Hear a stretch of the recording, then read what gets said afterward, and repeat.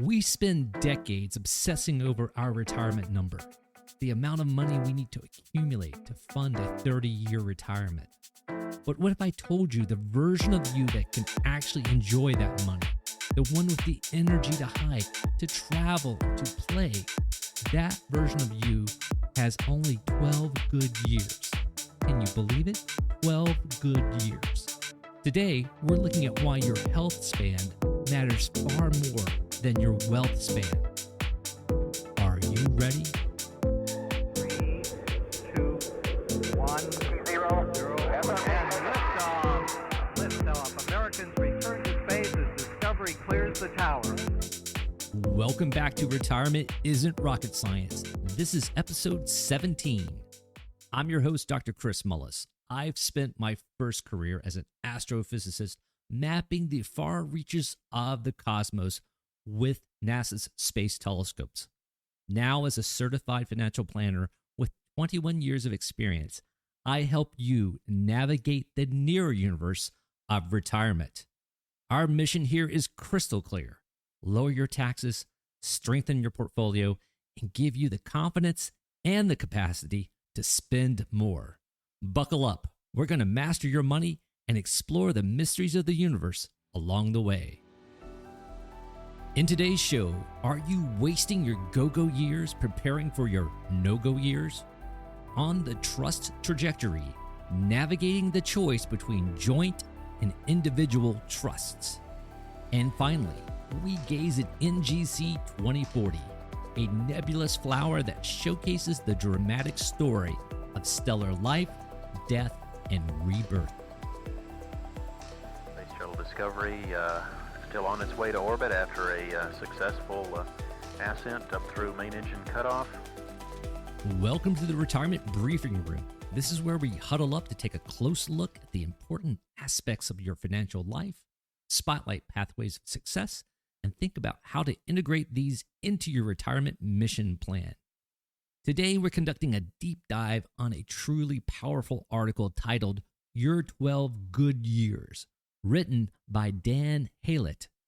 Dan is a UK-based specialist who looks past the spreadsheets to the biological reality of aging, challenging the standard 30-year flat income retirement model.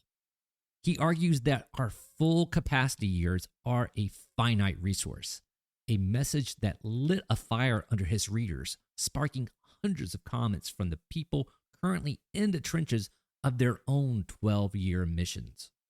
Let's dig in by looking at the data no one wants to hear. When you look at a retirement planning calculator, it usually tells you to prepare for 25 or 30 years of income. That's what we do in my retirement and tax planning practice every day. Engineer 30-year income plans. But Dan points out a data point most people ignore: healthy life expectancy. While you might live to 87, your years of full capacity, the years you can hike, travel, and chase grandkids without fatigue, often start to decline in your early to mid-70s. For a 60-year-old, that gives you roughly 12 good years. This recognition intersects perfectly with one of my mantras that I repeat often to our clients. Make hay when the sun is shining. We talk about the go-go, slow-go, and no-go phases of retirement. Biology tells us the go-go years have a shelf life. If you don't recognize this, you risk spending your highest energy years being overly cautious, effectively preparing for an 85-year-old version of yourself that won't have the capacity to enjoy the money anyway. Let's consider the biology of money. One of the most robust findings in retirement research is that spending peaks around age 75 and then drops. Most people think this is about money, but it's actually about physical limitations. As Dan notes, people in their 80s aren't skipping the trip to New Zealand to be frugal. They're skipping it because the flight is exhausting and the hotel without an elevator is a barrier to entry. This reminds me of the number one principle in our retirement income planning philosophy. Income is the outcome. Your wealth should be converted into experiences and memories while you still have the physical capacity to engage with them. We saw this in the comments from Dan's reader named Ron, who noted that at 72, he could finally feel the wheels starting to come off. The goal of the plan is to make sure Ron had his biggest adventures before that point. Let's look at the deferral trap and the Camino crew. The cruel irony of diligent savers is that they often spend their first decade of retirement living exactly like they did while working. Cautiously. That's how they live that first decade. They treat their 60s as a rehearsal for their 80s. But we saw a different path in some of Dan's readers' reactions. We had the Camino crew, people like Betty, who at 74 realized her mountaineering days were fading, so she pivoted to walking the Camino de Santiago. She didn't wait, she adjusted. To make this pivot, you need to be operating with a retirement paycheck mindset. By structuring your portfolio to deliver a predictable monthly paycheck, we move you from being a builder to a spender. It gives you the confidence to say yes to the trip now, knowing that the check is coming next month, regardless of what the market or the economy might be doing. Dan challenges us with the math that matters. 12 years is only 144 months, or 624 weeks. Every week you spend waiting for things to be certain is a week of high-capacity life you don't get back. This leads to a deeper question. What are you actually saving for? If you are 60 and financially secure, are you saving for the no-go years when you'll be less mobile? One reader, Kevin, highlighted this by quoting Die with Zero. He stopped buying stuff and started gifting money to his children now with, quote, giving with a warm heart rather than a cold hand, end quote. The message isn't all doom and gloom. There is uplifting truth here. Dan points out that you can extend this window through intentionality. We heard from Jeanette, who bought a pony at 58 to stay active and is still riding at age 70. Or Angie, who at 66 converted her garage into a home gym to extend the go-go years. And you should have a robust plan for retirement, an ongoing income, investment, and tax plan so that you can spend with clarity and confidence.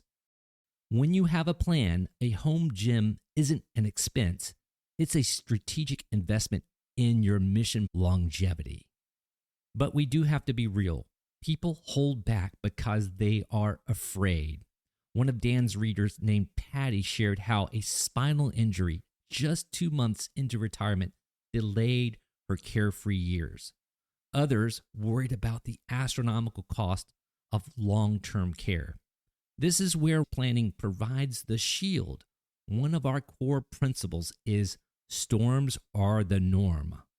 You need a war chest of bonds and cash so that when a health storm or a market storm hits, your lifestyle isn't compromised. And layer upon that tax-smart withdrawals to make sure you aren't overpaying the IRS during those 12 good years, preserving more of your hard-earned capital for your adventures. Dan ends with a haunting image of 78-year-old retirees sitting on tons of money, wishing they had gone to Japan when they had the stamina. They saved their money, but they spent their good years. In my day job as a retirement planner, we use guardrails to maximize our clients' spending to prevent this dynamic. Guardrails are your permission slip to enjoy your wealth. When the market is up, the guardrails tell you it's safe to spend more on those memory-making trips. Don't waste your 12 or 15 good years preparing for the years that come after. Use them now while the version of you that can fully live those experiences still exists. In retirement planning, we don't just count the money, we count the days. Almost nobody in retirement runs out of money. but everyone eventually runs out of time. Your 12 good years are the prize. The mission objective you've spent perhaps 40 years working to achieve. Don't let the caution that built the nest egg become the cage that keeps you from enjoying it. You'll find a link to Dan's article in the show notes and in our weekly newsletter. I strongly encourage you to go read the article word for word. It is perhaps one of the most amazing retirement articles I have ever seen. Now, let's head over to Mission Control to answer your financial questions and get you retirement ready. Discovery Houston, 20 seconds to LOS TDRS. Roger, nice to be in orbit. When you're building a rocket, you have to decide if a single booster or a multi-stage system is the best way to reach orbit. Estate planning is no different. Is your family better served by one big launch vehicle or two specialized ones? That's what this week's Ask Mission Control is all about. Thanks to this smart question from listener Amanda. She writes, my husband and I are trying to decide if we should set up separate trusts or a single joint trust. How should we be thinking through this? Amanda, thanks for reaching out to Mission Control. This is a fantastic question because it's one of those foundational structural decisions that can impact your financial trajectory, potentially on an intergenerational timescale. Before we fire the engines on this answer, I have to give you my standard mission warning. I'm a certified financial planner, not an attorney. Although I've reviewed hundreds of estate plans, I do not practice law. And this, as always, is for education purposes, not legal or financial advice. With that out of the way, let's talk about your estate vehicle. In the world of retirement planning, especially when you've worked hard to build a nest egg like yours, we look at trusts as the cargo hold for your assets. They help your estate avoid the slow, public, and often expensive process of probate, keeping your private business off the radar of the public record. When it comes to joint versus individual trusts, I like to use David Haughton's analogy that's a bit more down to earth than rocket fuel. Think of it like a Kit Kat bar. A joint trust is like a single Kit Kat package.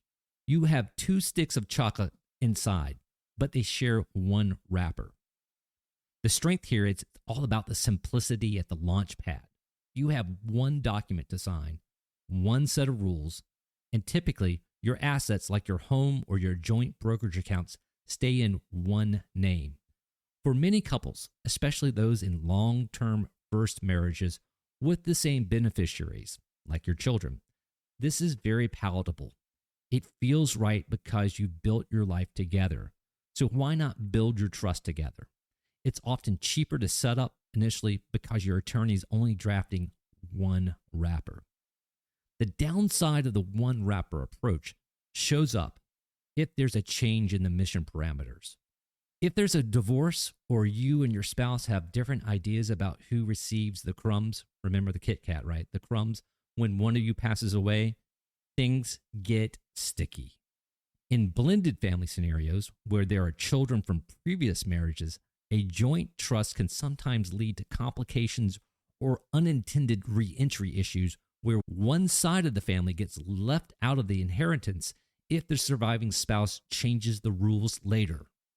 Now, the other side of the coin is creating 2 separate individual trusts, one for you, Amanda, and one for your husband.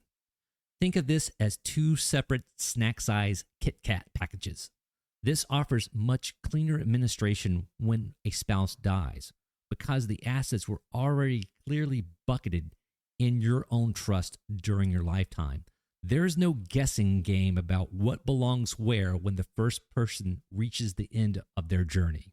It's very logical. It also provides a higher level of protection for your specific wishes. If you want your half of the estate to go to a specific charity or specific family members, your trust remains your own mission profile. The trade-off here is maintenance. Having 2 trusts means you have 2 sets of books, You have to make sure your bank accounts and your investment accounts are titled correctly. Some in your name, some in his. You have to equalize the assets. If one trust has $2 million and the other has $50,000, the strategy doesn't work as well. It requires more ground control on your part to keep things balanced during your lifetime. In my 20 plus years of walking life with clients, I can tell you that there are wise planners and wise attorneys on both sides of this debate. It's hard to declare either approach outright wrong or right. As a fee-only planner, my job is to look at your total mission. If you value simplicity and your goals are perfectly aligned, the Joint Trust Kit Kat is a great streamlined vehicle. But if you have a complex family dynamic, or you're the type of person who likes every bolt and screw in its own labeled bin, the individual trusts might give you more peace of mind. We tend to see experts favor the joint trust about 2/3 of the time, which seems to align with the broad contours of the work to be done, where you want to solve it with the simplest tool available. So, how can you take action here, Amanda? Take a look at your current asset titles. Are most of your accounts joint? If so, a joint trust is a path of least resistance. If you have significant separate inheritances or a blended family, ask your attorney to draft a pros and cons list specifically for individual trusts. Whether you choose one wrapper or two, the most important thing is that you're building a shield for your legacy. Retirement isn't just about the money you spend, it's about the peace of mind you keep. Many thanks again to Amanda for submitting this fantastic question. If you've got a retirement question or a financial question you'd like us to answer on the show, head over to retirementisn'trocketscience.com and click Ask a Question. Or even better, you can skip to the front of the line by calling Mission Control at 704-234-6550 and record your audio question. Now, let's broaden our perspective and head over to look at a fiery rose captured by the Gemini South 8-meter telescope in Chile. And Houston Discovery. In Discovery Houston, we've got a good picture of Steve.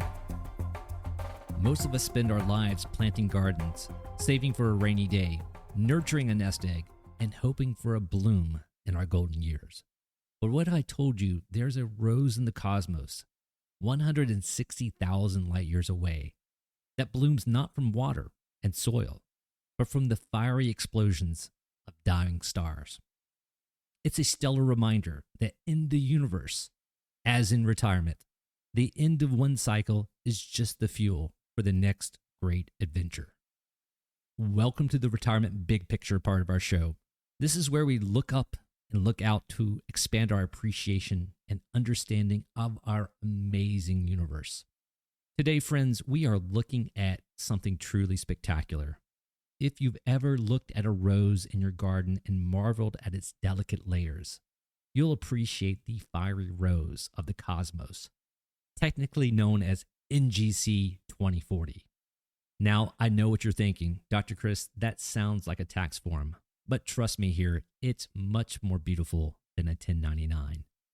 Captured recently by the Gemini South telescope in Chile, this nebula looks like a vibrant flower of red, orange, and yellow wisps floating in the dark.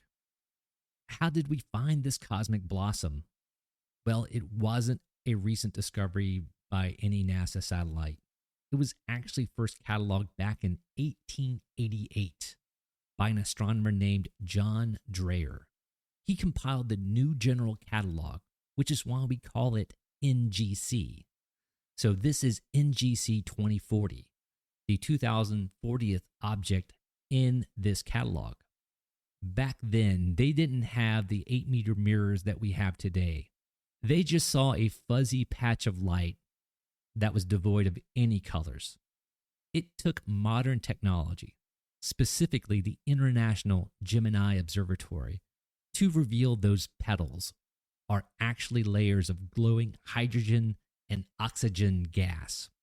If you want to find this rose, you'll have to look towards the constellation Dorado, the dolphin fish. Now, here's the catch for our listeners back home. Is it visible from the United States? Unfortunately, no. The fiery rose resides in the Large Magellanic Cloud, which you may recall from our previous episode, is a satellite galaxy that orbits our own Milky Way galaxy. Because it's so far south in the sky, you'll need to be in the southern hemisphere, places like Chile, Australia, New Zealand, South Africa, to see it.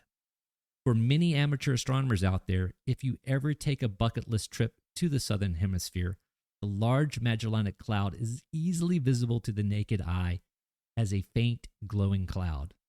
But to see the rose itself, you'll need a decent telescope and very dark skies. For the professionals, though, ground-based giants like Gemini South use special filters to see the blue of oxygen and the deep red of hydrogen, literally peeling back the layers of the flower. Let's examine the stellar life cycle, which is a lesson for retirees. What makes NGC 2040 so fascinating to me as a planner is the way it stays beautiful. This cluster is what we call an OB association. It's full of massive O-type and B-type hot stars that live fast and die young. That's astronomically speaking, their lifespan is just a few million years. These stars actually explode as supernovae. Now, in our world, an explosion sounds like a disaster for your retirement portfolio. But in the cosmos, these explosions provide the shock waves that compress gas and dust to form new stars. The material they eject, carbon, oxygen, iron, is exactly what is needed to build planets and, eventually, life. It's a perfect metaphor for what we do in mission control for your retirement. You've spent 30 or 40 years in the high heat phase, working hard, accumulating, and burning bright. Retirement isn't the end of that energy. It's a transition. It's taking the elements you've gathered, your wisdom, your wealth, your time, and using them to seed a new purpose. Just like the dust of a dead star becomes the seed of a new solar system, your career success becomes the fuel for your next chapter. As we look at NGC 2040, we see a beauty that is fleeting. In a few million years, a blink of a cosmic eye, this gas will dissipate and the stars will drift apart. It reminds us to enjoy the bloom of our own lives right now. You've worked hard to grow your nest egg. Don't be afraid to let it fuel your adventures, your legacy, and your community. Planning your retirement trajectory might feel like rocket science, but when you look at the big picture, it's really about making sure your stars are aligned for a beautiful transition. You'll find the Gemini South image of NGC 2040 in this week's newsletter, The Launch. You can sign up for the launch at retirementisn'trocketscience.com. Welcome home, Columbia. Beautiful, beautiful. You want us to take it up for hangar, Joe? We're going to dust it off first. We've spent today spotlighting a number that should change how you think about your retirement. 12. Not 30, not even 20. Now it's time to open the hatch.